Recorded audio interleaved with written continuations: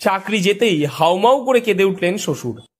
জেলায় জেলায় হাজার হাজার শিক্ষাকর্মী চাকরি চলে গিয়েছে সুপ্রিম কোর্টের রায়। কোনো স্কুল কর্তৃপক্ষ বুঝেই উঠতে পারছে না যে শনিবার থেকে স্কুল চলবে কিভাবে। 25,752 জন শিক্ষক ও শিক্ষাকর্মীর পরিবারে দুশ্চিন্তার ছায়া বর্তমানে। একই পরিস্থিতি নদিয়ার শিবু চট্টোপাধ্যায়ের পরিবারেও। রাস্তায় দাঁড়িয়ে হাউমাউ করে কাঁদছেন তিনি, কারণ সুপ্রিম কোর্টের রায়ে তার জামাইয়েরও চাকরি বাতিল হয়ে গিয়েছে। চাকরি ছেলে পেয়েছি। কতদিন আগে বিয়ে দিয়েছিল? 3 বছর আগে বিয়ে দিয়েছি। বাচ্চা কাচ্চা? হ্যাঁ, একটা মেয়ে হয়েছে। আমি সেই চিন্তা করছি মেয়েটা খাবে কি। মেয়ে এখন কি করছে?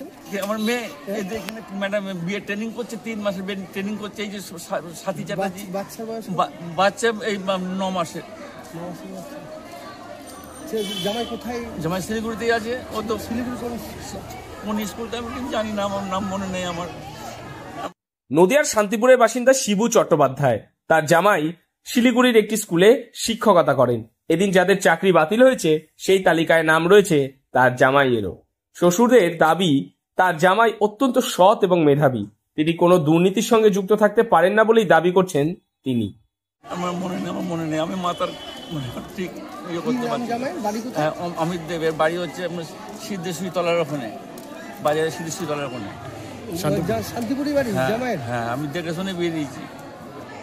চাকরি করছে শিলিগুড়ি? নয়, জামাই খুব অনেস্ট ছেলে, লেখাপড়া বিশাল শিক্ষিত, এক ভাই এক বোন। মানে মেয়েটাও মানে তুখোর মেয়ে, জুয়েল মেয়ে, আর ছেলেও জুয়েল ছেলে।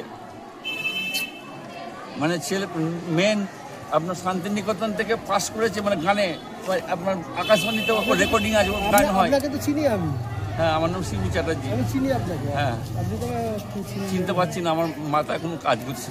ঠিক বুঝছেন, আমি চাকরি করতাম, আমি রেলের চাকরি করেছি।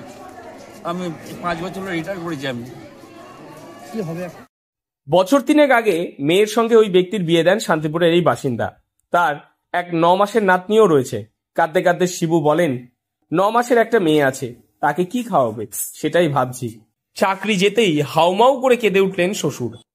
জেলায় জেলায় হাজার হাজার শিক্ষাকর্মী চাকরি চলে গিয়েছে সুপ্রিম কোর্টের রায়।